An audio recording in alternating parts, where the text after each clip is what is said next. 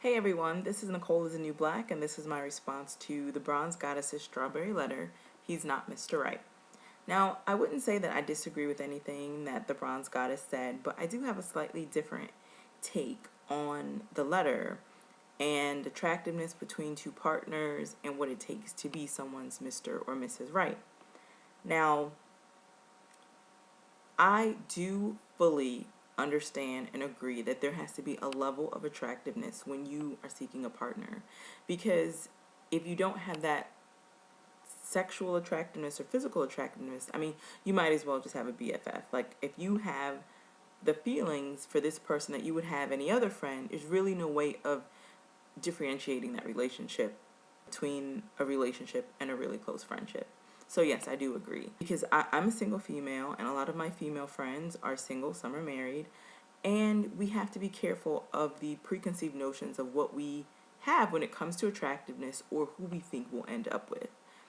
And one thing in the letter that the young lady said was that he's too short, or he's shorter than her, and I would hate to think that that is the only disqualifier as to why she finds him unattractive.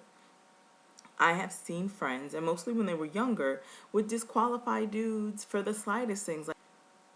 And yes, I wouldn't say attractiveness is superficial, because you can feel physical attractiveness to someone, you can feel chemistry, you can feel a spark, but you really need to think about the entire package, especially when you're thinking about building a life with someone. It's not just about their face. If your requirements list or your standards list or your preference list basically whittles down a dating pool of thousands to a viable dating option pool of 10 people in the entire Western Hemisphere that fit these preferences, you really got to question yourself and ask what you're doing. Are you rattling off a list of perfection, or are you trying to find someone who's perfect for you? Are you really trying to be successful in what you're doing here, or are you really trying to make sure that you will be alone for the rest of your life? And I'm not saying that this is what this girl is doing, but that's what a lot of us do. Nobody is ever going to be 100% of what you need, 100% of what you want. And if height is one of the things that you need to compromise on, I mean, why not? I mean, I need to know what is so unattractive about the guy. When we have these things like, he's too dark, or I don't like his nose. If that really is the only reason why this person to you isn't attractive, you need to question what you do find attractive. And then look at your past relationships with people that you find super duper attractive and think about what they were missing. It shouldn't just be about what you want, but also what you need from this person. And if this person is everything that you need, who cares if he's short? There are some people, I have to date someone funny, someone intelligent, someone who's at least 6 inches taller than me, someone who drives a red car, and it would be unbelievable if you heard the list of requirements that these people put on a partner, but they sure don't have those same requirements for themselves.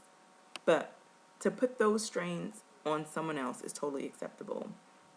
Look at your past relationships with people that you found uber attractive and ask yourself, why didn't it work? Why didn't it work? What was missing then?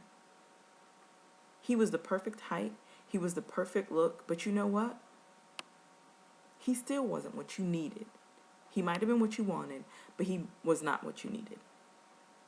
And we just have to be careful of isolating people and disqualifying people over stupid, silly things. Now, I get it. If you don't find him attractive, like, you look at him and he makes you want to vomit, you can't ignore that.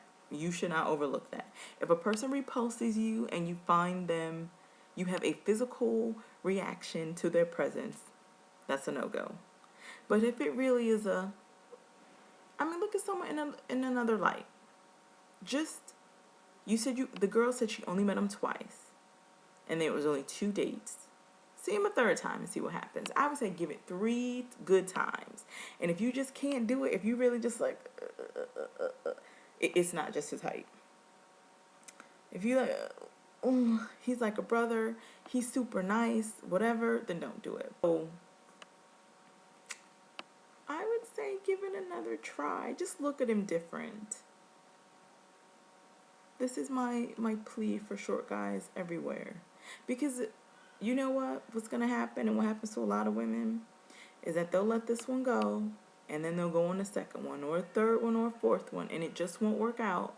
And then they'll start scratching their head like, oh, maybe I should give so-and-so a call. And someone else has got them because someone else saw what you refused to see. Yeah. Not saying you're superficial, and I'm totally, because I don't date people I'm not attracted to. Huh, it doesn't happen. Doesn't, if you, trust me, it doesn't happen. And people that date me, like me, all of me, everything is an asset. Nothing is a liability. Trust and believe. But, yeah, that's all I got to say. All right, thanks for watching, guys. Bye.